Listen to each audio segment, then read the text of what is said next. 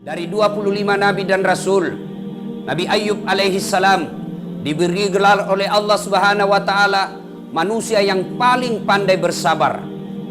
Beliau digelari Nabi yang sangat tinggi tingkat kesabarannya. Beliau mampu bersikap sabar baik dalam keadaan senang maupun dalam keadaan susah. Dan inilah sebenarnya rumus ketika kita menghadapi masalah, yaitu ilmu sabar. Mari kita dengarkan sisi kehidupan Nabi Ayub alaihi salam. Ayub alaihi salam diberikan kekayaan oleh Allah lebih dari cukup. Tapi hebatnya, kaya dermawan, sogi malabo, kaya penyantun, tidak seperti sebagian kita kaya pelit serakah. Ini kaya dermawan. Seluruh malaikat memujinya. Manusia yang ada satu kampung di situ memujinya. Satu makhluk yang tidak memujinya, siapa? Iblis laknatullah alaih. Iblis berkata kepada Allah, "Ya Allah, saya tidak percaya Ayub bisa sehebat itu. Dia bisa begitu, dermawan, taat beribadah. Kenapa? Karena dia kaya. Coba kalau dia miskin, tidak seperti itu dia." Allah Subhanahu wa Ta'ala berfirman, "Saya lebih tahu dari kamu iblis. Silahkan kau goda Ayub." Digoda Ayub alaihissalam. Akhirnya apa? Perkebunannya terbakar, binatang ternaknya musnah, jatuh bangkrut dalam sekejap.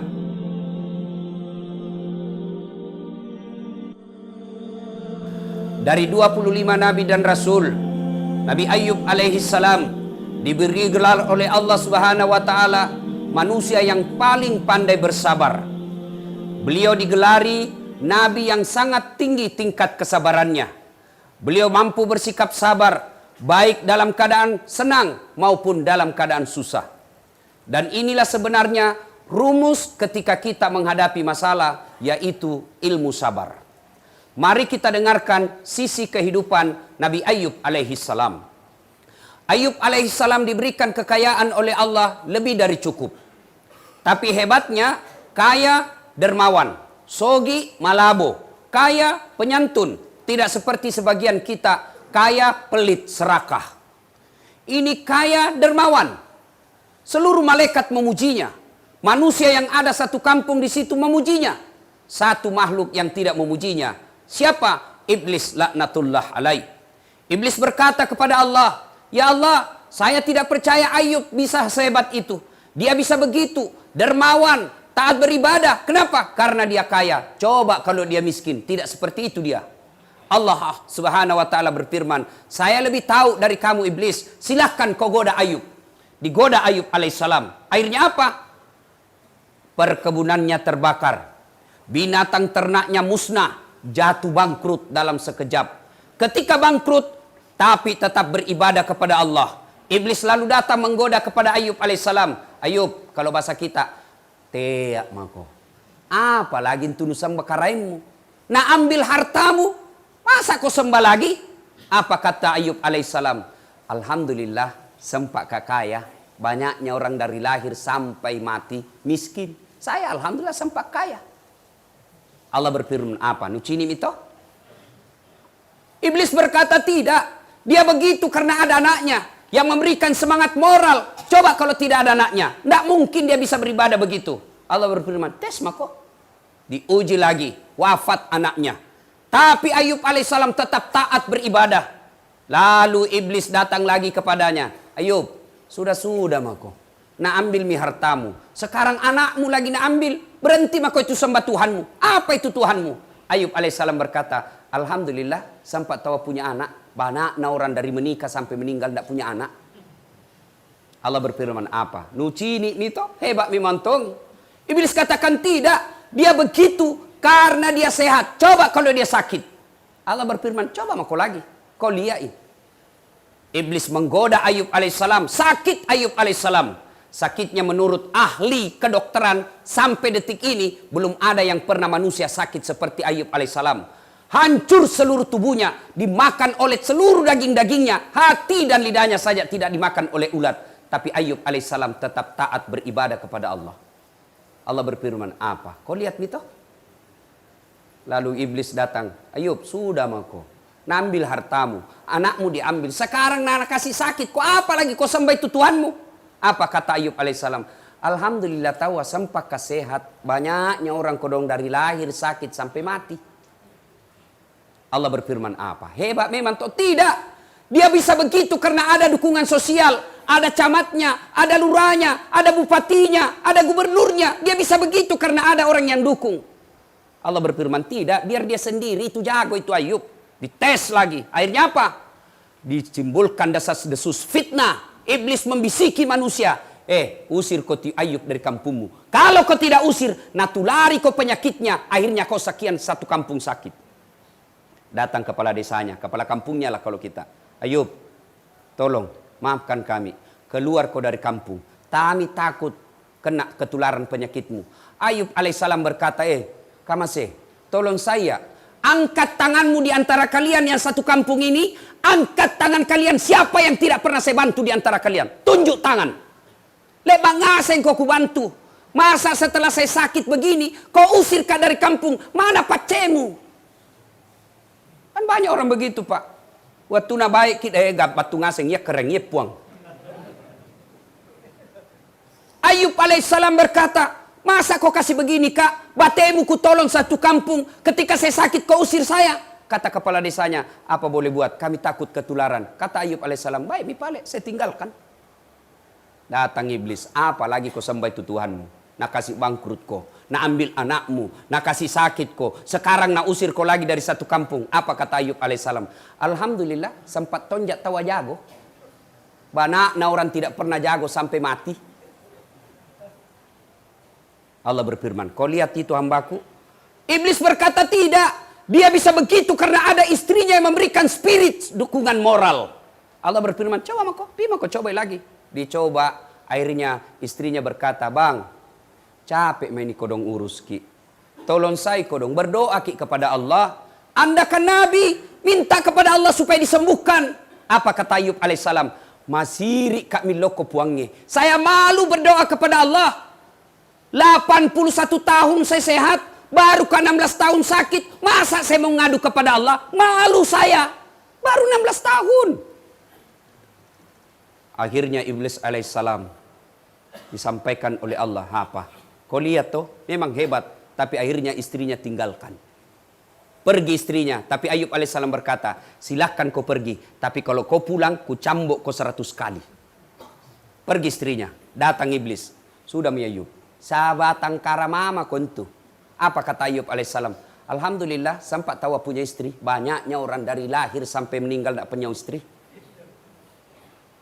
Akhirnya, iblis geleng. Hebat memang. Allah lalu memujinya dengan makhluk yang paling pandai bersabar.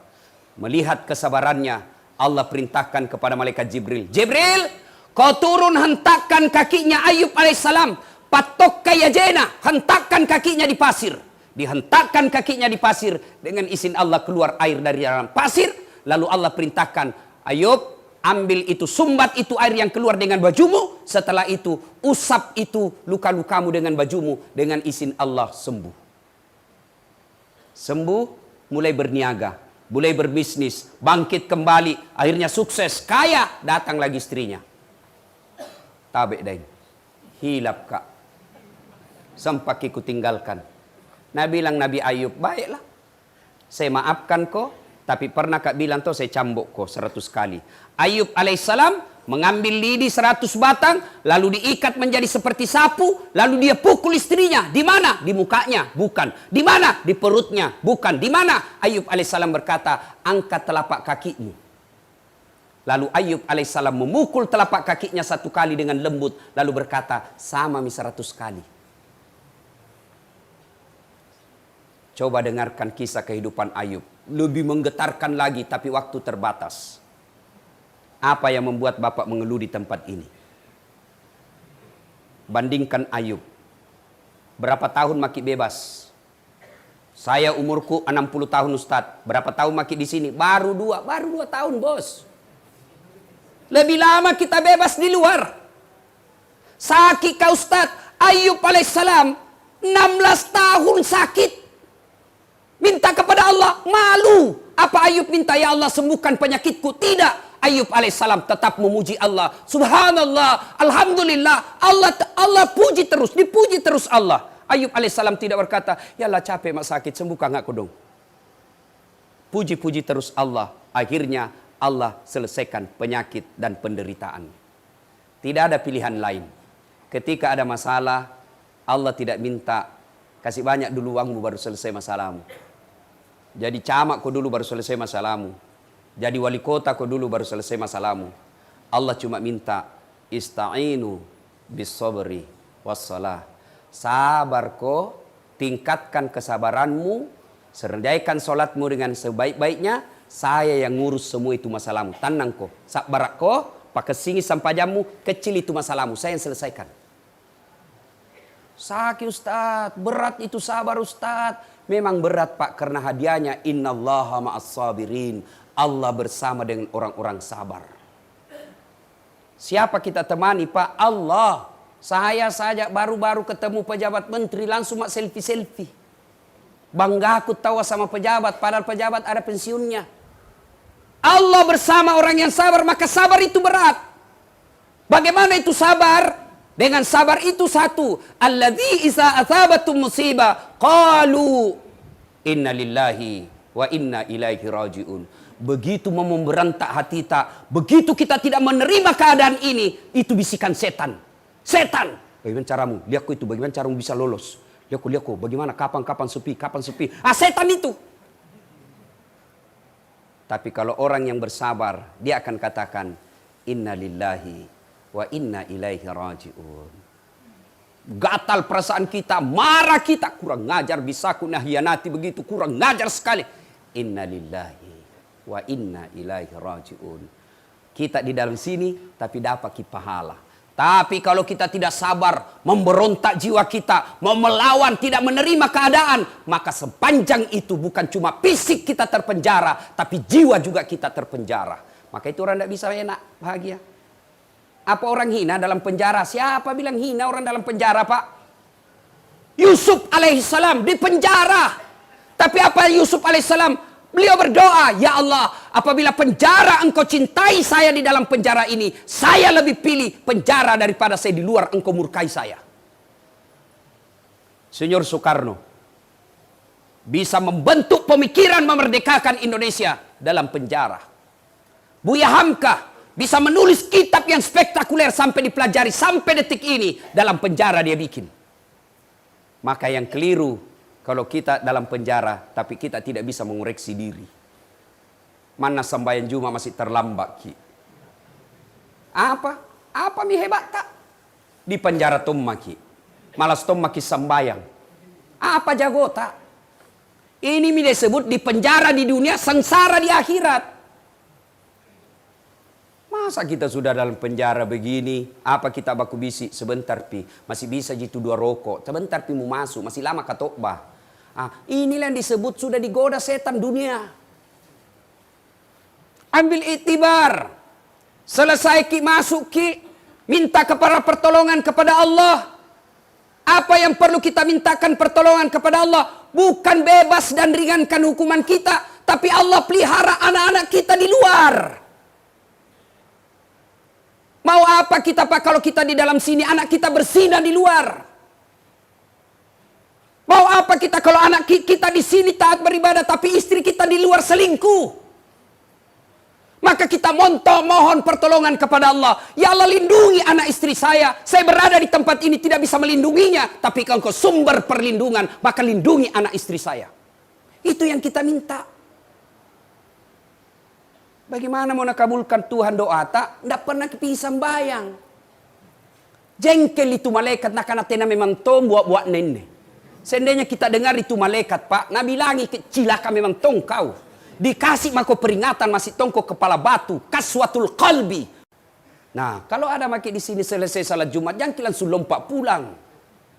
Kedua itu ciri-cirinya orang selalu terlambat Pak. Paling terlambat datang, paling cepat pulang. Cini-cini ki mukanya itu Pak. Pas begitu gitu. Baru mau masuk surga. Mau diringankan hukumannya. Dari segi mana Allah mau cinta sama kita? Coba selesai ki sholat Jumat nanti, mantang ki sinampe, duduk-duduk ki sejenak 5-10 menit, mengadu kepada Allah, minta pertolongan Allah. Apa yang kita minta? Kalau hati kita selalu berontak, tidak bisa terima keadaan ini, tidak ada orang yang senang Pak Bapak hidup dalam sini, tidak ada orang senang ada dalam sini. Tapi Allah pilih Bapak untuk tinggal di tempat ini. Maka Bapak doa, ya Allah, berikan saya kekuatan jiwa, kesabaran untuk menerima takdirmu ini. Umar bin Khattab diberikan beban yang sangat berat. Umar tidak berkata, ya Allah, ringankan bebanku. Tapi apa Umar katakan? Ya Allah, kuatkan bebanku untuk memikul bebanmu ini. Ya Allah, berat ini hidupku ya Allah. Maka kuatkan imanku untuk menerima kenyataan hidup.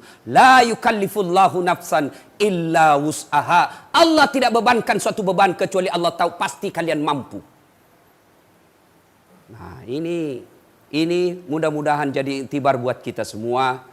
Selesai ki sholat, tinggal ki sejenak, berzikir kepada Allah, mohon kepada Allah. Yang paling penting, alhamdulillah keluar ki dari sini nanti sholat 5 waktu tak sudah terpelihara. Dapat mak itu hidayah dalam hidup Pak. Tapi sudah dalam sini tetap tidak sholat, masih tetap mengedarkan barang yang terlarang.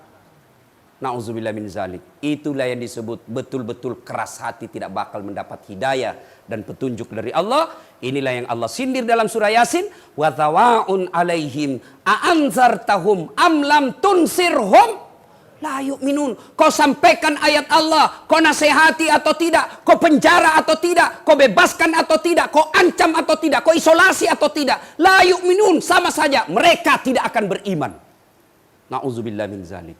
Semoga Allah Subhanahu wa taala menghindarkan kita dari penyakit keras hati ini. Semoga Allah mengangkat derajat kita dunia dan akhirat kelak, dan semoga Allah menerima tobat-tobat kita di tempat ini insyaallah. Barakallahu li wa lakum wa izaizil mu'minin innahu huwal ghafurur rahim. Pernah lihat orang ngantar jenazah? Pernah? Pernah? Bukan pernah, sering.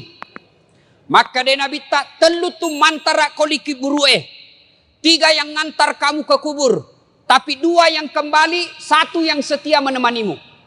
Yang pertama harta. Keluar semua harta ngantar. Mobil, motor, keluar semua. Begitu masuk kubur, ada harta yang masuk? Ada harta yang masuk? Ada kain kafan. Tidak ada orang mentang-mentang kaya kasih masuk handphone, kasih masuk kipas angin. Tidak. Kaos kaki saja orang Islam tidak boleh kau pakai. Yang kedua mengantar kita apa?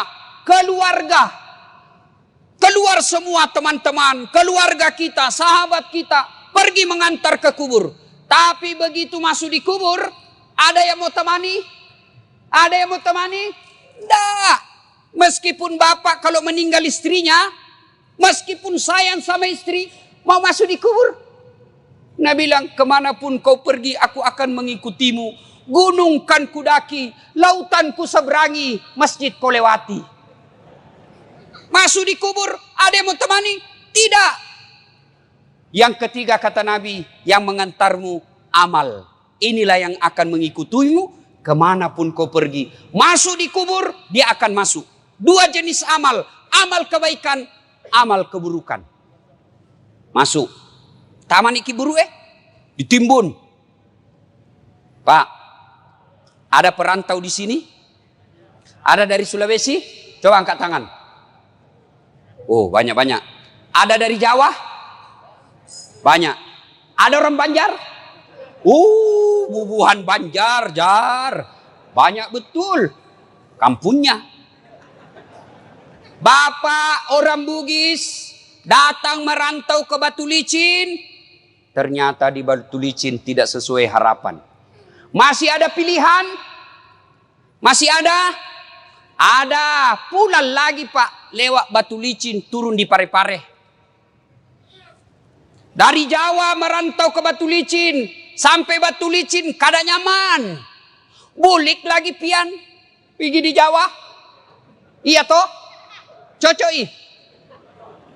Tapi demi Allah, kota mana ki buru masuk kalian kubur, senang tidak senang, tinggal kau di situ, tidak boleh kau lagi keluar.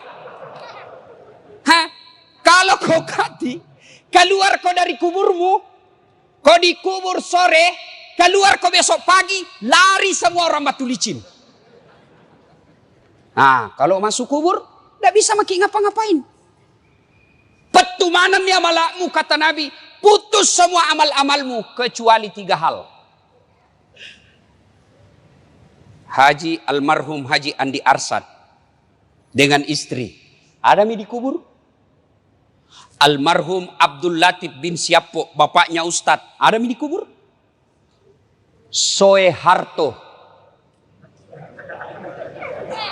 Habibie, Gus Dur, Soekarno, ada mi dikubur. Mbah Surip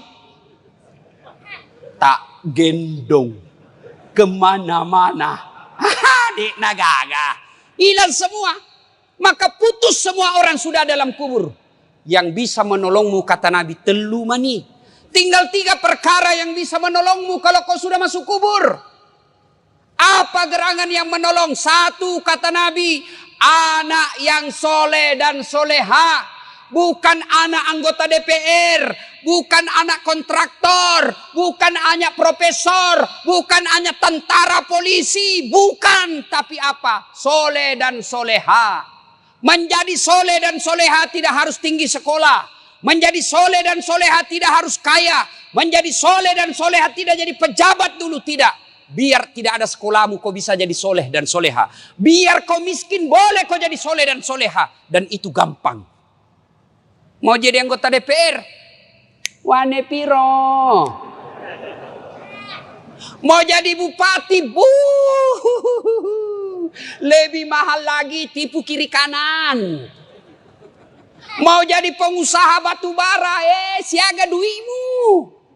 Mau kau jadi soleh dan soleha? Biar kau miskin, bisa. Mau kau jadi soleh dan soleha? Biar tidak ada sekolahmu, boleh. Gampang. Nih, bapak-bapak ini di depan saya sudah muka-muka sakaratil maut. Di mana-mana dia. Kira-kira kalau bapak mati, siapa doakan kau? Siapa? Istrimu. Kalau dia masih muda, kawin lagi. Ibu-ibu, kalau meninggal, siapa doakan? Suami. Mak bene sih. Siapa yang doakan kita? Anak. Saya ini contohnya. Kakak saya, jarang saya doakan. Nah minta doakan Kak. Itu pun kalau saya ingat. Tapi siapa yang selalu saya doakan di sujud terakhir saya setiap sholat? 5 waktu saya selalu sujud. Saya di ujung sujud saya selalu berdoa. Allahumma ghafirli wali walidayya warhamhuma kama rabbayani shaghira. Dan saya merasa almarhum Abdul Latif termasuk bahagia di kubur. Kenapa? Karena saya setiap sujud bukan diriku kudoakan tapi bapakku. Namobi bapakku bukan kontraktor. Meskipun bapak saya tidak tahu bahasa Indonesia, meskipun bapak saya tidak ada sekolahnya, tapi insya Allah bahagia di kubur karena anaknya selalu doakan. Nih bapak-bapak kalau mati ki, mau ki lihat bagaimana nasib tak dikubur? Lihat anakmu sekarang, lihat anakmu. Kalau anakmu malam Jumat kau intip, baca Yasin di dalam kamar, harapan. Pagi-pagi, siapa buka pintu itu? Intip, tahu wah. Anaknya yang bungsu buru-buru ke masjid. Harapan no. Anakmu pergi main futsal jam 5. 10 menit sebelum menjalan, lari-lari pulang cepat rumah. Kenapa? Dia mau tunggu sholat jamaah maghrib di masjid. Harapan pak, meskipun kau cuma ngontrak-ngontrak. Biar anakmu tinggi sekolahnya. Banyak uangnya. Banyak istrinya. Tapi tidak pernah sembahyang. Macilaka kok. Pintar bahasa Inggris Ustaz. Apa hebatnya pintar bahasa Inggris? Nah bilang jago sekali anaknya itu Ustaz. Masih SD pintar bahasa Inggris. Nah banyak anak-anak pintar bahasa Inggris. Nggak percaya pergi kok di Inggris. Itu anak-anak di Inggris pak. Bahasa Inggris semua. Apa kalau dia pintar bahasa Inggris? Memangnya kalau dia pintar bahasa Inggris berdoa pakai bahasa Inggris. Oh my God. Please help me my mother. Bleh. Pasti bahasa Bonjar juga, bujur. Maka Pak Bu, yang bisa menolong bapak seketika kubur, anak yang soleh dan soleha. Yang kedua, yang bisa menolong kita ketika sudah masuk di kubur, apa? Sedekah. Nih, bapak-bapak yang banyak cincinnya. Jamrud, ruby. Pak Sudian, mahal jamnya. Kalau pian mati, siapa pakainya itu?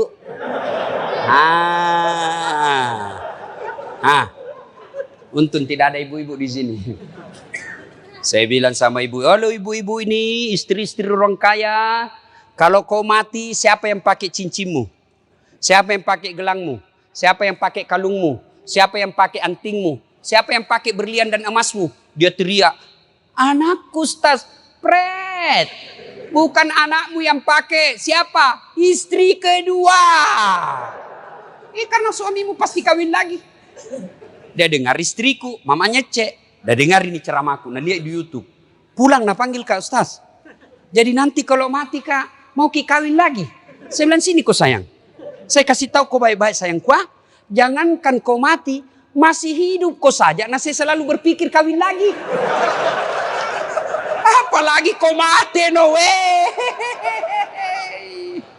Tidak. Maka bapak-bapak, jangan kau berharap nanti anakmu yang sedekah. Jangan. Lebih baik kau sedekah memang di sekarang. Di Sulawesi Selatan, mohon maaf kalau ada keluarganya di sini. Ada yang namanya Haji Andi Sose. Ketua Legiun Petran, sudah arwah sekarang. Beliau kalau saya tidak salah 99 tahun meninggal atau lebih 100 tahun.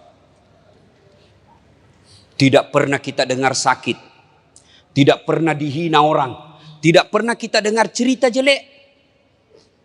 Hebatnya 165 masjid dia bangun di Sulawesi. Kalau Bapak ke Sulawesi Selatan, ada Bapak lihat masjid 45, itu beliau yang bangun. Kira-kira di Batu Licin ini, Tanah Bumbu, ada orang membangun 165 masjid. Tidak ada pipa. Dan tidak pernah kita dengar bangkrut. Maka Bapak kalau susah hidupmu, kenapa ini saya miskin terus? Karena tidak mau kau bersedekah. Bagaimana mau bersedekah dan miskin? Bersedekah kau supaya kaya kau. Jangan kau tunggu kaya baru bersedekah. Sedekah itu tidak selalu fulus. Ada masjid dibangun. Ada dengar di komplek kita masjid dibangun. Sedekah kau. Yang kaya sedekah kau dengan semen, besi, tembok, semen. Yang pejabat sedekah kau dengan tanda tanganmu. Yang tidak punya jabatan, yang tidak punya uang, sedekah kau dengan tenagamu. Pergi kau angkat-angkat semen.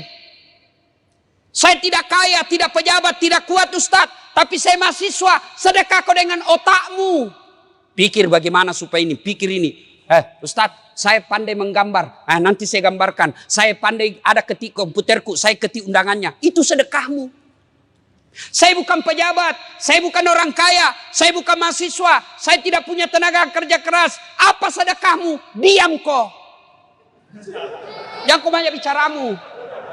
Ada juga itu tidak pernah datang berjamaah, tidak pernah nyumbang, tidak pernah ikut rapat. Mak kok bawa nolak cilaka. Ya mega bicara. Sedekahlah Pak. Bapak-bapak ini terutama kita yang sudah tua. Sedekah Pak. Demi Allah kalau Bapak sudah masuk kubur.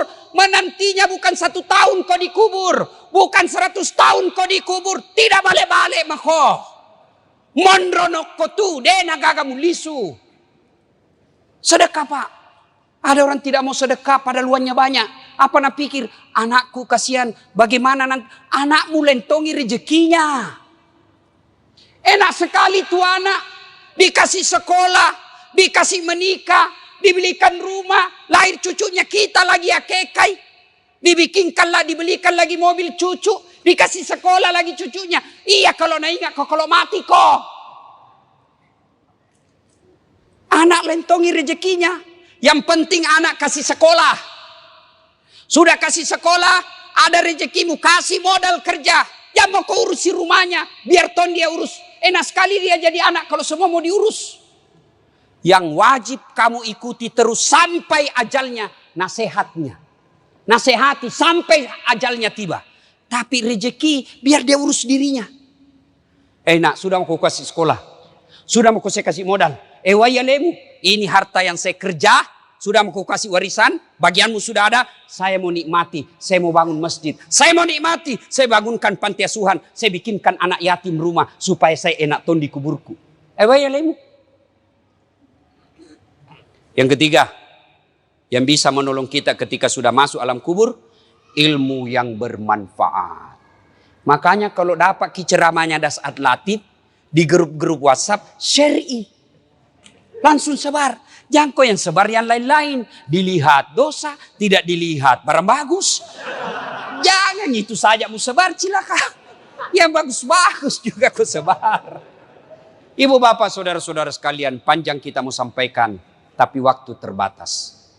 Pegang maki ini 3. 1. Anak yang soleh dan soleha. Yang kedua. Sedekah. Tidak ada orang bangkrut gara-gara sedekah. Malah kalau mau bapak kaya tolak bala, sedekah. Kenapa itu anakku Ustaz susah sekali dinasihati? Tidak pernah ku sedekah. Kalau bapak bersedekah, lihat siapa dikasih. Kalau guru kita kasih, Bu Imam kita kasih, Das Latif kita kasih, jam mau kau kasih dasi. Tidak usah kau kasih sepatu pantopel. Kapan pindah pakai? Ustaz Pak Imam pakai dasi kupu-kupu. Apa kasih Bu Imam? Kasih sarung dengan amplop. Tapi kasih tong isinya. Tidak ada gunanya amplop kalau tidak ada isinya.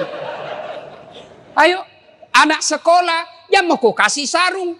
Lebih utama, kasih bayarkan SPP-nya. Itu lebih manfaat. Kasih yang bermanfaat. Sedekah. Kemudian yang ketiga, ilmu yang bermanfaat. Bapak dalam grup WhatsApp punya 10 grup. Sebarkan 10. 10 grup itu masing-masing anggotanya 100, 1000. 1000 bapak sebarkan dakwah-dakwah. Masa tidak ada yang ngamalkan? Kalau ada yang ngamalkan, selama dakwah itu diamalkan, maka yang menyebarkan dapat pahala. Ustadznya dapat pahala, yang menyebarkan juga dapat pahala. Tapi sebaliknya kalau bapak selalu sebarkan berita-berita bohong, seperti hoax soal vaksin. Vaksin ada chip, ada besinya. Komunis. Siapa ajar kau? Bilang ada besinya di sini Ustaz. Kamati semua itu tentara sama polisi kalau itu vaksin jelek. Mana ada polisi sama tentara belum divaksin? Tanya itu polisi ada di sana. Tanya Mi. Tanya. Sudah divaksin toh? Ya mau kau vaksin tidak terima gajimu. Itu. Kalau vaksin ini jelek Pak, pasti tentara sama polisi sama pegawai negeri mati semua Mi. Sudah semua divaksin. Saya sudah divaksin. Alhamdulillah sehat walafiat. Tapi Bapak yang sebarkan berita-berita bohong soal vaksin, selama berita itu beredar, selama itu Bapak edarkan kebohongan, dapat dosa. Meskipun Bapak sudah mati dikubur, dapat kok dosa. Hati-hati kok. Daripada sebarkan berita bohong, mending sebarkan berita kebaikan. Terima kasih, lebih dan kurangnya mohon dimaafkan. Bukanlah bagian dari umatku suami yang tidak tahu memuliakan istrinya. Bapak muliakan istri. Kalau dia ngomel Ustaz, ngomel, itu normal. Kalau ada istri di rumah tidak suka ngomel, abnormal. Ada masalah itu pasti dengan channelnya. Biasalah. Kenapa ibu kita suka ngomel? Bayangkan, gaji 5 juta 1 bulan, 4 anak, cicilan motor, gimana mau cukup kalau zaman sekarang? Tapi itu hebatnya istri kita. Dia berusaha mencukupi itu untuk 1 bulan 5 juta itu. Coba Bapak pegang 5 juta 1 bulan. Mana cukup? Tapi istri mampu. Nah, Rasa dongkolnya itu dibawalah ke ngomel. Maka resepnya jangan dibalas. Kalau dia ngomel, rumusnya hadapi dia dengan diam. Semakin bapak balas, semakin hebat dia bicara. Bapak cerita satu, dia sudah sampai 10. Dan itu terus dia ungkap. Apalagi kalau bapak pernah melakukan kesalahan. Oh, itu aja kayak film G30 SPKI. Diputar tiap tahun, Pak. Itulah itu normal, biasa. Dan cara menghadapi istri begitu, tanamkan kesabaran, hilangkan ego. Kalau bapak muncul ego, saya yang cari nafkah. Dari pagi sampai malam saya carikan kau duit, saya belikan kau AC, saya belikan kau mobil. Lalu kau maki-maki saya. Setan yang ngomong begitu. Istri ngomel, bapak diam. Biarkan saja dia. Sudah ngomel, selesai sayang, selesai. Saya sudah boleh tidur? Ketawa sudah itu. Atau bapak-bapak yang besar perutnya, gampang Pak, yang besar sekali perutnya. Kalau istri marah, buka baju Pak, kasih goyang perut, berhenti dia marah Pak. Coba amalkan Pak. Tapi kalau ego masuk, saya ini yang kaya, saya ini yang berikan kau rumah, itu setan yang bicara. Tapi ngomelnya istri, jadikan amal. Gimana caranya? Diam. Tidak bisa saya diam Ustaz. Ambil pil tidur. Pak 2 biji, tidur Pak. Dan itu juga ibu kalau ngomel. Kalau suami tidak ngomong, jangan disuruh ngomong. Kadang juga itu kita diam. Kenapa kau diam? Kau balas. Apa penjelasanmu? Diam Pak. Suami yang soleh, istri yang soleha, itulah hebatnya dunia. Tapi kalau istri bermasalah Pak, nerakanya dunia Pak. Itulah sebabnya betapa banyak laki-laki mapan dan mampu tidak mau menikah lagi. Karena dia pikir repot Ustadz. Kacau di rumah tangga kalau bohong itu Pak. Orang bilang ribut rumah Ustadz kalau 4 istri. Saya bilang siapa bilang? Di rumah saya 4 istri Pak, tenang. Demi Allah 4 istri tidak ada ribut. Istriku, istri adik saya, istri kakak saya, istri tetangga saya, kumpul mereka, tidak ada ribut.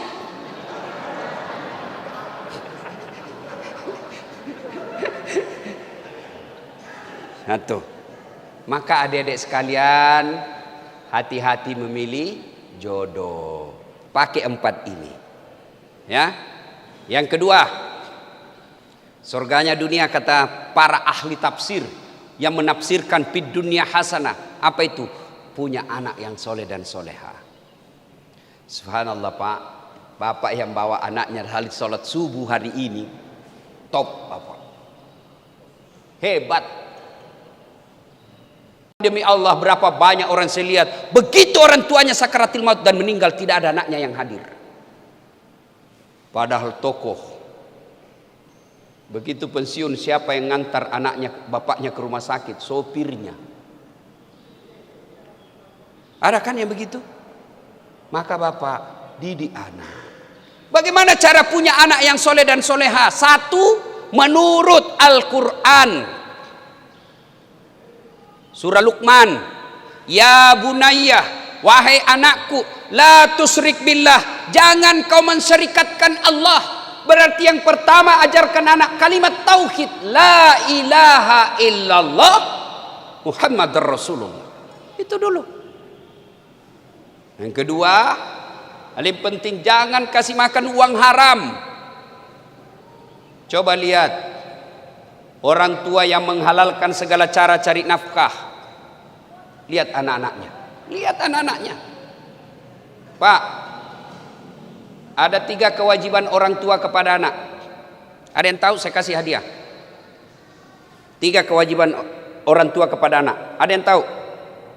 Ayo, 1. Ada hadiahnya. Sini Pak, sini cepat-cepat. Ini Pak, cepat-cepat. Matahari sudah terang. Ayo cepat Pak, cepat sedikit. Kewajiban ini Pak. Kewajiban orang tua kepada anak. Satu.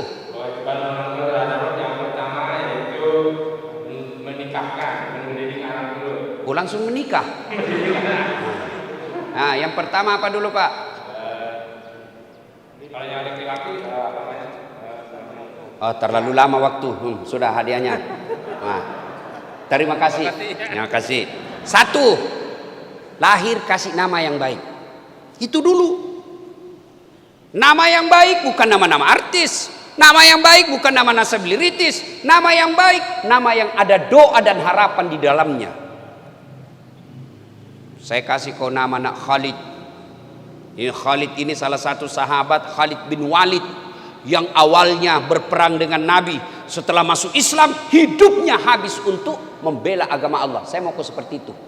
Itu nama. Dua, kata Nabi, kewajiban orang tua setelah kasih nama yang baik adalah berikan makan. Cari makannya halalan thayyiban wasi'an. Halal baik banyak. Yang ketiga, didik. Dari tiga kewajiban orang tua kepada anak ini, kita terlalu sibuk cari makannya, terlalu sibuk beri makannya, lupa didiknya. Padahal yang paling susah bukan cari makan. Kenapa? Tidak ada anak di komplek ini mati kelaparan. Ada yang mati kelaparan di kompleknya Bapak? Tidak ada. Yang mati narkoba mungkin ada, mati tabrakan mungkin ada, mati tawuran mungkin ada. Berarti yang sulit bukan cari makannya, tapi yang sulit mendidiknya. Ibu-ibu, tahu cicak? Tahu cicak? Bapak-bapak tahu cicak? Apa dia makan cicak? Apa? Nyamuk. Masuk akal enggak? Cicak cuma di dinding, nyamuk terbang. Gimana caranya mau ketemu? Enggak ada terminalnya. Tapi Allah Maha Kaya. Dengar lagu kita waktu kecil. Ini lagu-lagu kita kecil kan enak. Cicak-cicak di dinding, diam-diam merayap. Diam-diam merayap. Datang seekor nyamuk. Nyamuk yang datang. Tidak dikatakan nyamuk, cicak lompat ke nyamuk. Patah-patah kasihan cicak, Pak. Tapi nyamuk yang masuk, Allah perintahkan. Nyamuk, masuk kau di mulutnya ini. Itu lagu-lagu dulu, Pak. Memang ada nasihatnya. Kita waktu muda dulu, kita lagu-lagu kita kan enak, Pak. Lagu paling Romai Rama. Mengapa minuman itu haram? Karena merusak kepikiran. Mengapa berzina juga haram? Karena itu cara binatang. Mengapa semua yang asik-asik itu diharamkan? Mengapa semua yang enak-enak juga diharamkan? Jawabannya, itulah perangkap setan. Umpannya ialah bermacam-macam kesenangan. Kalau lagunya anak-anak sekarang di TikTok apa? Putar ke kiri nona, putarlah ke kanan, apa itu putar kiri kanan ke beleng-beleng. Tuh, ya, yang kedua, punya anak yang soleh dan soleha. Yang ketiga, karena waktu terbatas. Yang ketiga, punya harta yang bermanfaat, bukan harta yang banyak. Alhamdulillah, satu saudara kita menghadirkan masjid. Inilah yang disebut harta manfaat. Pak Haji, deposito bapak meninggal, siapa yang punya? Anak. Iya, kalau anak kita baik. Anak kita baik tapi takut sama istrinya, susah, Pak. Dia mau nyumbang, bikinkan bapak dulu. Bapakmu terus. Dia bilang, sudahlah kalau begitu ngamuk lagi kau. Sudah, takut sama istrinya. Ada takut sama istrinya di sini? Ada? Berhenti kau jadi laki-laki. Ngamuk Ustaz, dia pecahkan piring, pecahkan juga. Dia pecahkan hak televisi, alhamdulillah dia berhenti nonton sinetron. Televisi, piring, gelas boleh dibeli. Harga diri sebagai suami tidak boleh diinjak-injak istri. Takbir. Nah, itulah semua yang takut sama istrinya itu tadi. Ternyata ayat itu ngena diri kita. Kenapa? Karena kita tidak tahu makna ayat itu. Ara'aital ladzi yukadzibu biddin? Tahu enggak kamu pendusta agama. Bayangkan, capnya pendusta agama. Apa yang dimaksud pendusta agama? Puasanya dusta, hajinya dusta, ngajinya dusta. Bahkan ada ulama mengatakan syahadatnya pun dusta. Tahu dusta? Tahu dusta? Bohong. Puasanya bohong, hajinya bohong, bahkan sholatnya bohong, bahkan syahadatnya pun bohong, tipu daya saja. Siapa mereka yang termasuk kategori? Kasih masuk dulu. Pendusta agama, satu, mereka yang menghardik anak yatim. Pak Bupati sadari ini. Maka Pak Bupati setiap ulang tahun, ayo festival anak yatim. Saya awalnya tidak mau datang ke sini karena ada acara saya di Medan. Tapi ketika Pak Bupati katakan festival anak yatim, saya takut masuk kategori pendusta agama. Siap datang. Alhamdulillah. Hati-hati panitia. Ada panitia? Biasanya kesra. Hati-hati. Jangan sampai harga ditulis 1,5 juta, isinya 800.000. Hati-hati kau cilaka. Nah belender kau malaikat nanti. Hati-hati. Termasuk sekda yang tanda tangan. Hati-hati. Ini anak yatim, bos. Bayangkan, menghardik saja anak yatim, Allah katakan kamu pendusta agama. Apalagi kalau kau potong jatahnya mereka.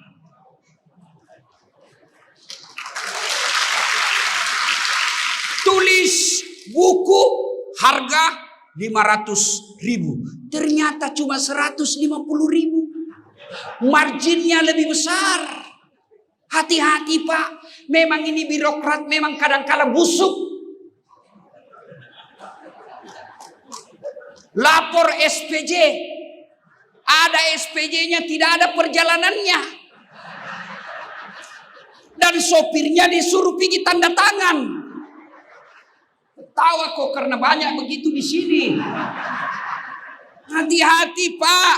Orang masuk neraka itu gara-gara margin. Margin. Kenapa impor padahal garam ada di Indonesia? Kenapa impor padahal ada? Ya gara-gara pengusaha kadang-kala cari margin. Selisih harga. Hati-hati Pak. Selisih harga yang kau dapat secara batil. Tidak halal. Apalagi kau sunat hak-haknya yatim piatu. Tunggu. Kalau kau tidak dapat KPK-nya Indonesia. Kalau kau tidak dapat polisinya Indonesia. Karena kau bisa mainkan hukum. Percaya malaikatnya Allah tidak bisa kau tipu. Hati-hati Pak. Yang ngurus-ngurus anggaran. Hati-hati. Besar tanggung jawabnya. Anak yatim jangan disunat anggarannya. Panggil. Ini ada proyek. Pengadaan tas anak yatim. Anggarannya dibawa 200 juta. Penunjukan langsung saja tim sukses. Kau dulu waktu pilkada kan banyak bantu baju seragam. Kau bantulah ini. Lapor sama Pak Bupati anggaran 200 juta. Realisasinya di lapangan hanya 150 juta. 50 jutanya yang akan menyiksamu dunia sampai akhirat. Hati-hati tim sukses. Ada tim sukses di sini. Biasanya tim sukses ini yang merusak bupati sama wakilnya. Waduh Pak, mohonlah kebijakan Pak, ini kasihan. Dulu waktu pilkada Pak kampanye, ya, habis uang Pak. Apa kayak di situ bisa ditunjuk-tunjuk saja Pak. Pak, ketika Bapak mendukung bupati, dan bupati yang Bapak dukung terpilih, yang Bapak untung adalah masukkan program-program. Pak, saya mau rakyat begini, Pak, saya mau sawah begini, Pak, saya mau perairan begini. Jangan harap fulus. Apa kemenangan yang didapat setelah menjadi tim sukses? Kemenangan kita apa? Terpilih orang yang kita mau. Jangan lagi minta proyek.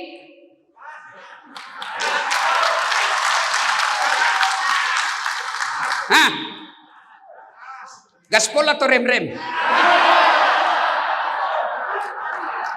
Dan biasanya bupati sama wakil bupatinya berselisih gara-gara tim sukses. Datanglah menghasut tim sukses. Bu, bagaimana ini Bu? Kenapa semua diambil sama... Hati-hati Pak. Demi Allah, jabatan 5 tahun saja, tapi tanggung jawabnya kau bawa sampai mati. Hati-hati. Siapa lagi yang bisa masuk kategori pendusta agama? Mereka yang pengurus yatim piatu. Apa namanya itu? Panti-panti asuhan. Pengurusnya kaya, pengurusnya bermewah-mewah. Proposal kiri kanan, dia manfaatkan anak yatim untuk memperkaya dirinya sendiri. Hati-hati. Tidak main-main Pak. Hukumannya pendusta agama. Kata Nabi, kamu tahu enggak rumah? Kamu mau tahu rumah yang ada saya di dalamnya? Nabi tanya, saudara-saudara sekalian, kamu mau tahu rumah yang ada saya di dalamnya? Iya ya Rasul, kalau ada rumah di dalamnya, ada anak yatim di dalam rumah itu, dipelihara dengan baik, diurus dengan baik, ketahuilah aku bersama dengan tuan rumahnya. Bahkan ini anak yatim seperti ini Pak Bupati, mengusap kepalanya itu adalah bagian dari perintah agama. Usap. Jadi, kalau dia makin panjang rambutnya itu bawa berkah kalau diusap. Anak yatim. Bukan ibu-ibu yang panjang rambutnya. Ini kan Pak, ibu-ibu banyak protes saya Pak Bupati. Dia bilang, lebih banyak laki-laki selingkuh daripada perempuan. Saya bilang, sadar kok Ibu. Sama banyaknya. Kenapa? Karena laki-laki selingkuh juga sama perempuan. Berarti sama jumlahnya toh. Masa laki-laki selingkuh sama laki-laki? Lebih hancur. Bu. Bu. Jangan percaya film layangan putus. Itu menghasut dan memprovokasi rumah tangga muslimah. Masa ada laki-laki baik-baik, sholatnya bagus, sedekahnya baik, tampangnya baik, tutur katanya lembut. Masa dia pergi berselingkuh? Itu tidak masuk di akal. Akhirnya kami yang baik-baik ini kau curigai juga. Yang benar aja bos. Sampai pulang, sampai HP-nya suamimu kau periksa.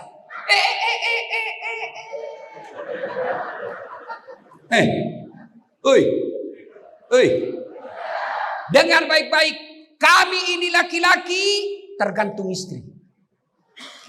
Kalau istrinya baik, tutur katanya lembut, penampilannya menawan, tidak mengganggu, dia urus anak-anaknya di rumah, dia hormati mertuanya, biar perempuan mana yang goda, dia akan berkata, ada bidadari surga di rumahku. Tapi kalau suka ngomel, kita pulang daster tinggi sebelah, kelihatan tali BH,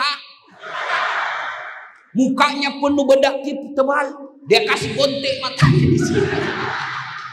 Amat bontek, orang Bugis bilang ketimun, bedaknya di sini tebal, nonton dia angkat kakinya satu, nguap kelihatan keteknya.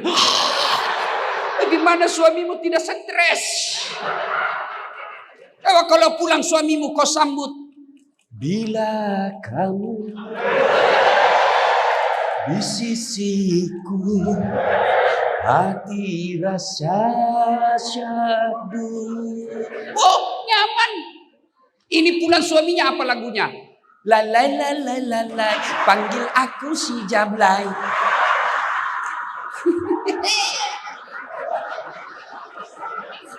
Ya, lain kali kita bahas ini, lain kali ya. Dah bos anak yatim. Maka mereka yang menghardi anak yatim piatu, membiarkan mereka terlantar demi Allah, biar hitamnya jidatnya sholat, Senin Kamis dia puasa, tahajud tiap malam, tadarusnya rajin. Dia biarkan anak yatim terlantar di samping rumahnya. Apalagi anak yatim itu ada di rumahnya dan dihardik, dimaki, dipekerjakan melebihi kekuatannya, maka kalian termasuk pendusta agama. Hati-hati. Maka mudah-mudahan program ini, Festival Anak Yatim, Allah dan Rasulnya tersenyum melihat kabupaten Bone Bolang. Tapi catatan tadi itu, panitianya jangan kau cari margin. Kalau sepatunya harga 50.000, tulis itu 50.000 dan sewajarnya kau tambah 1.000, jangan kau malah ambil. 2. Pendusta agama. Siapa lagi? Mereka yang enggan memberi makan fakir miskin.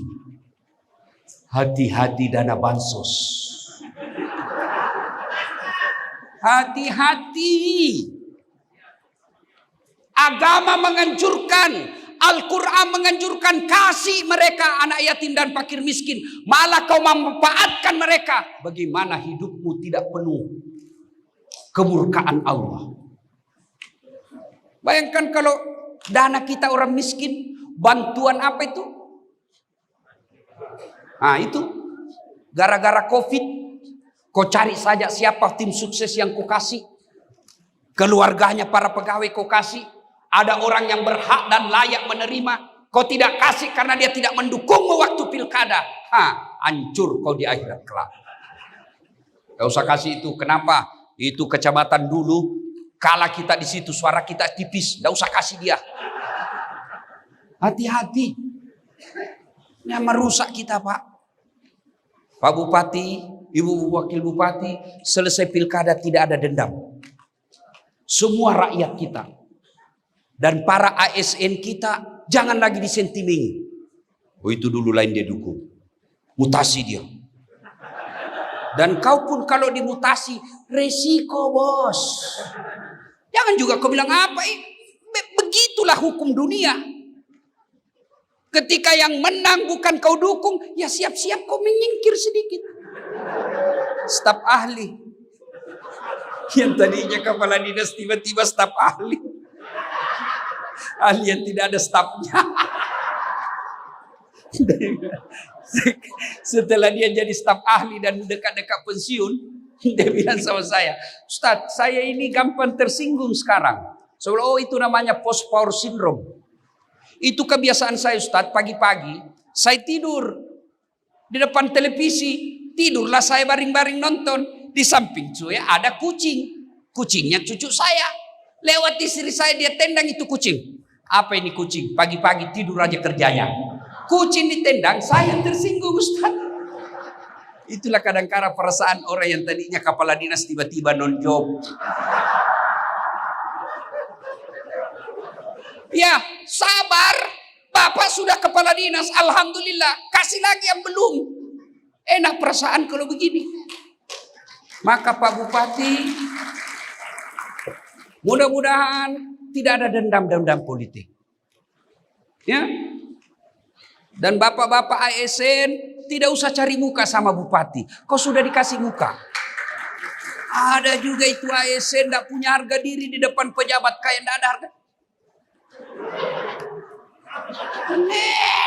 Gini dong.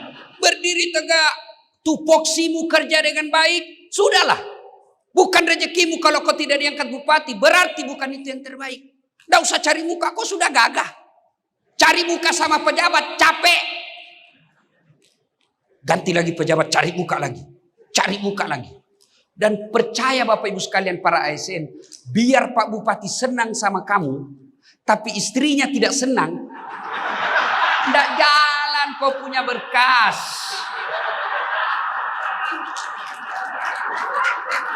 Bukan cuma di Bone Bolango, begitu semua kantor Pak. Apalagi kalau istri sudah bilang pokoknya, sudah diam. Wassalam.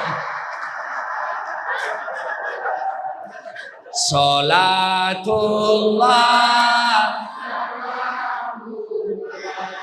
ala toha rasulillah. Salatullah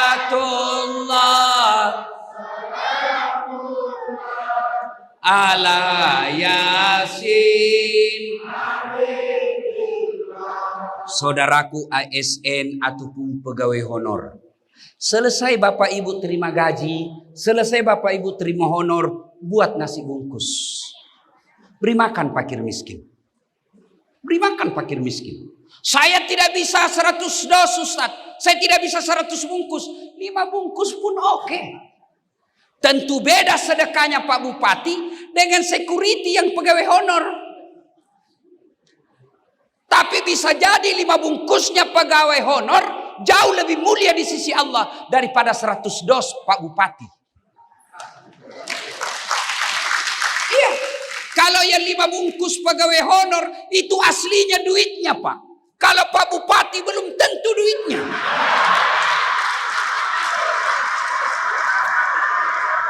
Iya toh. Bisa jadi datang. Nanti saya bantu Pak. Itulah enaknya jadi bupati. Mau jalan sudah siap, ada yang siapkan tiket. Sampai lagi ada lagi yang siap. Semua perjalanan sukses. Itu enaknya jadi bupati. Tapi keliru Pak Bupati. Kalau Pak Bupati jabatannya sebagai bupati tidak memudahkan dirinya masuk surga. Coba enaknya jadi bupati. Cuma bikin perda, selesai festival anak yatim. Dan siap orang membantu. Itulah yang disebut menjadikan bagian-bagian kebaikan. Orang kaya bantu agama Allah, beri makan fakir miskin. Pejabat bantu anak-anak yatim piatu fakir miskin, buat tanda tanganmu memperkaya mereka yang miskin. Jangan malah kau ambil hak-haknya mereka. Dan orang yang mengambil haknya anak yatim, mengambil hak-haknya fakir miskin, tunggu kau akan sengsara dunia sampai akhirat. Coba lihat kalau haknya orang diambil Pak, dia tidak bisa melawan. Tidak ada sekolahnya, tidak ada temannya birokrat, tidak ada temannya aparat penegak hukum. Dia akan menangis dan mengadu kepada Allah. Lalu kalau orang Buddhis bilang, Andre, maka kau bawa sampai mati. Dia menangis di hadapan Allah. Arasnya Allah bergetar. Tiba-tiba kau dapat ditangkap sama polisi atau KPK setelah kau pensiun. Kalau bapak masih aktif, masih ada perlawanan sedikit. Tapi sudah 5 tahun pensiun, tiba-tiba kena dan dipenjara. Itu kau rasakan hebatnya hukuman dunia. Hati-hati. Bersyukur kita di Kabupaten Bone Bolango ini ada perda yang seperti ini. Yang ketiga, pendusta agama. Kita ulang tadi. Ibu-ibu, halo ibu. Oi. Bikin masakan. Kalau tidak bisa tiap minggu, tiap Jumat misalnya. Ibu bungkus, nasi bungkus. 1 iris ayam, 1 ekor ikan, 1 telur, nasi, bawa ke masjid. 5 bungkus. Tulis di situ, di depan pintu masuk masjid. Silahkan nikmati. 5 bungkus saja. Dan ternyata yang makan Dasat Latif. Dasat Latif, dia makan Bismillahirrahmanirrahim. Besok kemudian yang makanan nasi itu menjadi darah di dalam tubuh saya yang mengalir sepanjang hidup saya. Menjadi daging yang menyertai diri saya selama dakwah. Maka selama saya ibadah, selama saya ceramah, selama saya berbicara, ibu yang memberikan saya makanan itu dapat kiriman amal dari saya tanpa mengurangi pahala saya. Maka ibu, daripada makanan di rumah mubazir, basi, kirim. Dan demi Allah, ibu tidak akan bangkrut karena memberi makan fakir miskin. Mulai besok, amalkan. Tidak bisa tiap pekan, sekali sebulan. Selesai terima gajinya suami, langsung bikin nasi bungkus 10 atau 15 sesuai kemampuan kita. Ya. Bagaimana cara diedarkan Ustaz? Titip di rumah makan. Bu, ini ada 10 bungkus. Saya titip gratis. Kalau ada yang ibu lihat dia fakir miskin tidak mampu, beri makan dia gratis. Atau ada yang lewat, ibu lihat tidak mampu, kasih dia. Coba Bapak amalkan. Ada anak-anak kita yang susah karena sehat. Ada anak-anak kita yang lagi sakit. Segala dokter sudah kita datangi tidak bisa sembuh. Ayo, mari supaya cepat doa ibu dikabulkan. Anak kita bisa sehat. Sedekah dengan makan fakir miskin. Yang ketiga, yang termasuk pendusta agama. Mereka yang lalai dalam sholatnya.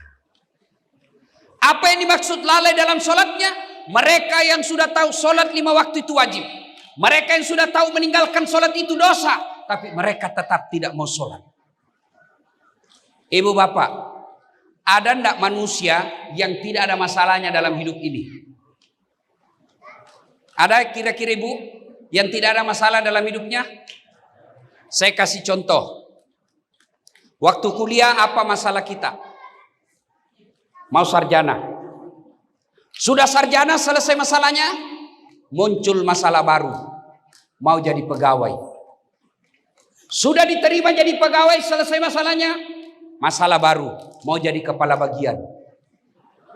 Sudah kepala bagian selesai masalahnya, mau jadi kepala dinas. Sudah kepala dinas selesai masalahnya, mau jadi sekda. Sudah jadi sekda selesai masalahnya, mau jadi bupati. Sudah jadi bupati selesai masalahnya, mau 2 periode dong. Sudah 2 periode selesai masalahnya, mau jadi gubernur. Sudah jadi gubernur selesai masalahnya, ditangkap KPK. Semua orang punya masalah. Pak Bupati ada masalahnya. Pak Kapolres ada masalahnya. Pak Dandim ada masalahnya. Anggota DPR ada masalahnya. Ibu-ibu ada masalahnya. Pegawai negeri ada masalahnya. Dasat Latif pun ada masalahnya. Apa masalah saya sekarang? Meyakinkan istri saya bahwa film layangan putus itu fitnah. Iya Pak, masa kita orang baik-baik langsung dicurigai saja? Hati-hati. Apalagi masalah saya sekarang Pak Bupati. Selama saya viral-viral ini sekarang ceramah Pak, banyak janda-janda yang curhat. Ustadz, baru meninggal suami saya. Tolonglah kasih saya doa-doa penenang hati. Saya balas WhatsApp-nya, doa-doa dan bacaan-bacaan Quran penenang hati. Lama-lama dia bilang, Ustadz, maukah Ustadz menjadi imam dalam hidupku? Saya bilang, mohon maaf, saya bukan imam, saya khotib. Ibu-ibu, Pak Bupati paling marah ini ibu-ibu kalau kita cerita poligami. Ibu, woi, ibu-ibu, saya tanya dulu ibu. Itu dalam Quran itu ibu, ada 4 jenis rupa rumah tangga. Yang pertama, suaminya beriman, istrinya kafir. Ini Nabi Lut. Yang model kedua, istrinya beriman, suaminya kafir. Fir'aun, laknatullah alaih. Yang ketiga, suaminya kafir, istrinya pun kafir. Siapa? Abu Lahab. Yang keempat, istrinya beriman, suaminya beriman. Dialah Ibrahim alaihissalam. Dari 4 ini ibu pilih mana? Ibrahim, alhamdulillah. Tapi ingat bu, Ibrahim itu 2 istrinya.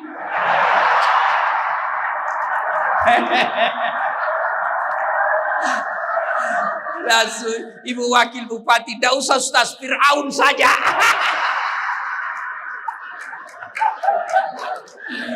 Salatullah salamullah ala toha Rasulillah. Salatullah salamullah ala Yasin.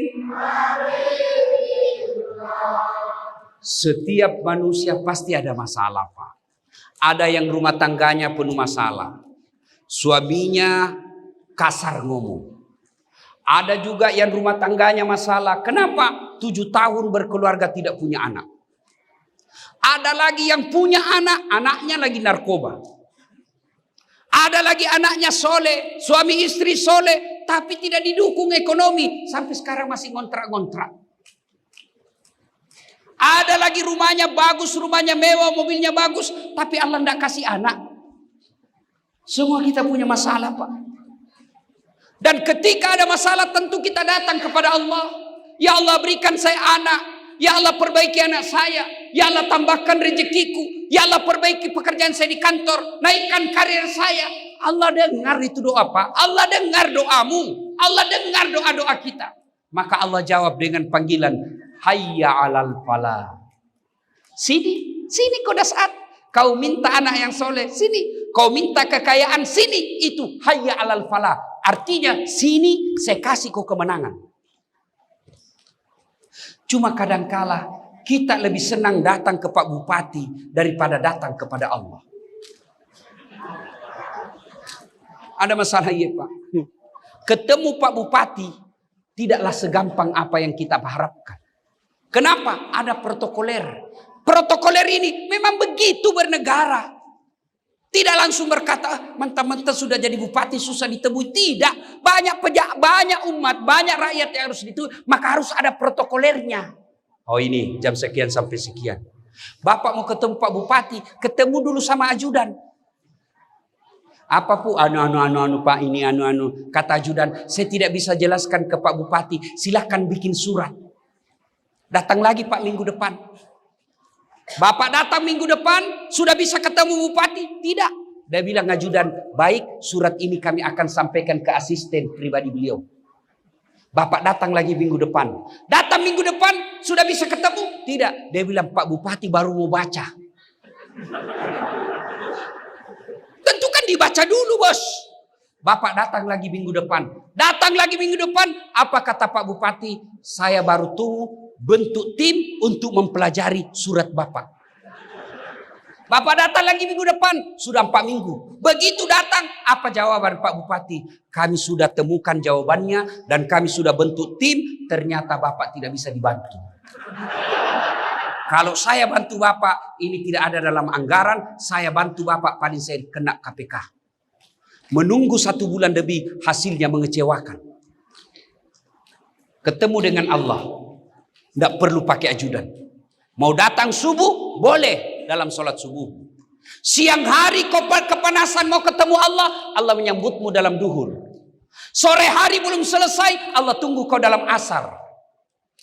Pulang kerja capek, Allah sini kau mengadu dalam maghribmu. Mau tidur lagi, mengadu lagi kepada Allah Isya. Tengah malam tidak bisa tidur, bangun, Allah lebih senang sholat tahajud. Luar biasa. Cuma kita tidak datang kepada Allah. Kita datang kepada sekda. Sekda bilang terserah Pak Bupati. Pak Bupati bilang tergantung DPR. DPR bilang tergantung anggaran. Apa ndak repot? Coba. Demi Allah Bapak. Bapak tahu Asmaul Husna. 99 nama Allah. Semua bagus. Maha pengasih. Ya Allah. Ya Rahman. Ya Rahim, Ya Salam, Subhanallah wa bihamdihi, Subhanallahil Adzim. Nama Allah ini baik-baik, Pak.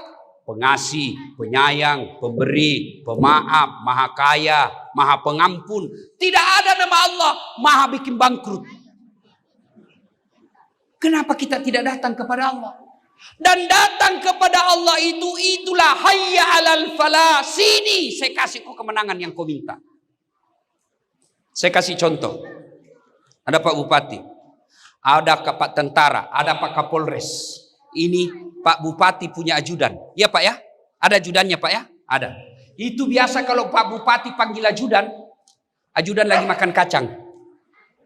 Ajudan, siapa? Biar lagi dia makan itu kacang. Siapa? Perintah. Ayo. Begitu takutnya itu ajudan sama bupati. Ada kira-kira Bapak pernah panggil bupati, ajudan? Tunggu dulu Pak. ajudan, bapak anda lihat saya sibuk. Wah, dimutasi kok bos. Padahal Pak Bupati ada hilang jabatannya. Lalu begitu takutnya kita kepada Pak Bupati. Kenapa Allah yang memiliki segala-galanya, yang memberi segala-galanya, Allah manggil kita tidak bisa datang. Hayya 'alal falah. Apa kita tahu? Tunggu, lagi meeting. Hayya 'alas shalah. Tunggu, lagi rapat. Rapat. Allah kau tinggalkan. Pantas 30 tahun kau jadi pegawai, tidak bisa kau lepas dari kredit dalam hidupmu. Yang ketawa, saya serius ini. Ayo Pak, datang kepada Allah. Mudah-mudahan Pak Bupati punya kebijakan. Begitu azan, tidak usah bikin perda. Himbauan saja. Azan, saudaraku ASN, tinggalkan dulu pekerjaan. Kau sambut panggilan Allah. Dan hebatnya seorang bupati. Kalau beliau yang mau, gampang Pak. Makanya tadi saya bilang, keliru seorang bupati kalau tidak memudahkan jabatannya masuk surga. Contoh, saya ceramah, mari sholat jamaah. Mari sholat jamaah, pahalanya ini. 1 jam saya ceramah. Tidak ada yang datang jamaah. Tapi coba kalau Pak Bupati. Selesai sholat duhur. Assalamualaikum warahmatullahi wabarakatuh. Assalamualaikum warahmatullahi wabarakatuh. Tiba-tiba dia bilang, mana ini kepala dinas PU? Tidak pernah juga saya lihat datang berjamaah. Ajudan langsung telepon Pak Kadis. Pak Kadis, Bapak dicari sama Pak Bupati. Bupati katakan Bapak tidak pernah kelihatan sholat berjamaah. Besok Pak, belum azan sudah ada Pak Kadis di masjid. Itulah hebatnya punya kekuasaan. Ya, orang yang melalaikan sholat pantas hidupmu susah. Mana lagi yang dimaksud melalaikan sholat? Mereka yang sholat tapi main-main. Mana main-main? Allah.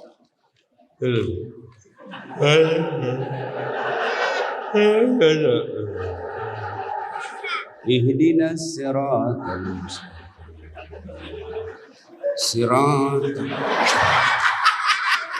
Sholat sampai pantatnya pun digorek-gorek Pak. Sholat kayak tidak semangat betul. Kayak orang mau tidak makan.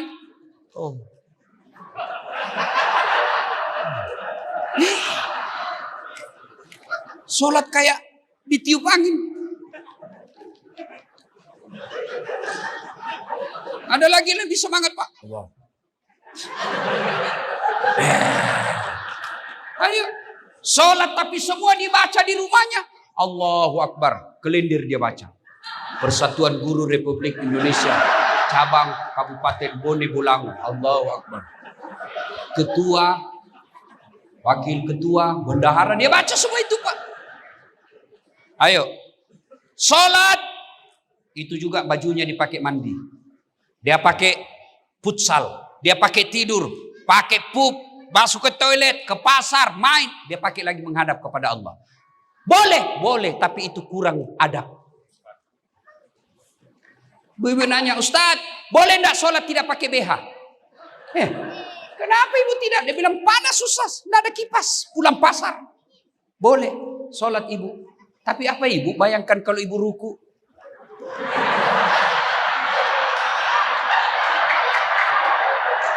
Hei bu,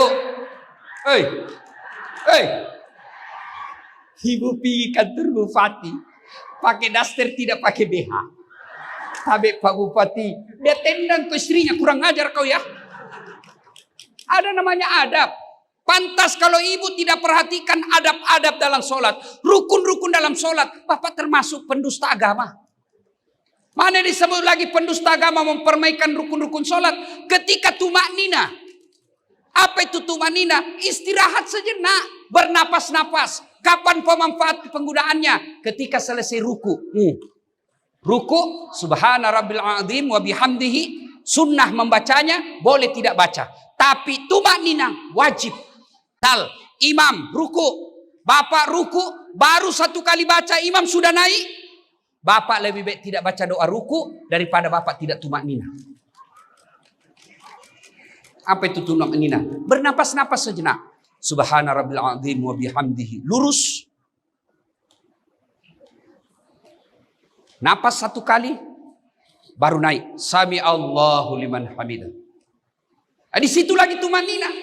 Apa yang disebut tumanina? Istirahat saja. Nah, sami Allahu liman hamidah. Turun tangan, bernapas, sami Allahu liman hamidah. Bernapas 1 kali baru turun. Bapak termasuk mempermainkan sholat kalau tidak istirahat. Sami Allahu liman hamidah. Apalagi sampai lihat jam. Allah. Ayo hati-hati. Maka ketika sholat pasti setan berusaha menggagalkan kita karena di situ puncak pengabdian kepada Allah. Ketika puasa, malaikat tidak terlalu menggoda kita. Haji, mau silakan kopi haji. Tapi ketika sholat, malaikat sudah menggoyang kita. Kenapa? Karena situ adalah puncak penghambaan kepada Allah. Artinya apa? Kalau lagi sholat tidak ada kegiatan lain kecuali menghamba kepada Allah. Bapak bayar zakat, boleh ada kegiatan lain sambil menyanyi. Zakat, bayar zakat. Insaflah wahai manusia. Ini zakat saya. Bila dirimu bernoda. Boleh. Bapak tawa rangkaian haji, nyanyi. Boleh. Labbaik Allahumma labbaik. Labbaik la syarika lak labbaik. Innal hamda wan ni'mata lakawal mulk la syarika lak. Sah. Bapak puasa, nunggu buka puasa sambil nyanyi, boleh. Darah muda, darahnya pada remaja. Boleh, sah puasamu. Tapi sholat tidak boleh ada kegiatan. Kenapa? Ini puncak penghambaan kepada Allah. Tidak boleh Bapak Bupati, Allahu Akbar, begadang jangan begadang. Hancur Pak. Sholat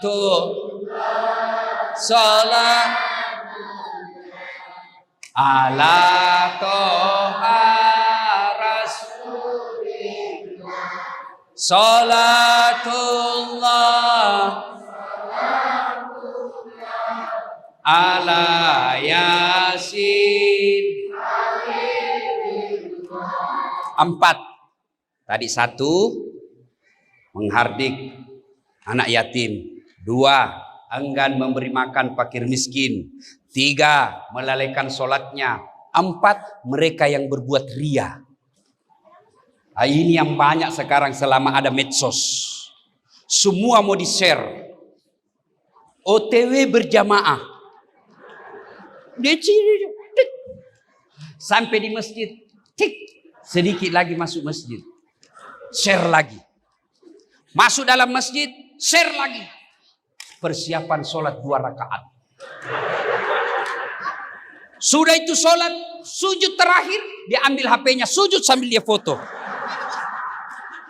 Alhamdulillah selesai sholat tahiyatul masjid. Semua mau di-share. Hati-hati. Orang yang selalu memamerkan kebaikannya, itu bisa termasuk kategori mendustakan agama. Termasuk para caleg yang menyumbang-nyumbang karena mau dicoblos. Hati-hati. Sumbang 10.000 jilbab tapi mau dicoblos. Bapak tidak dapat apa-apa. Dan share-share ini di medsos yang berawal itulah biasanya membuat jadi orang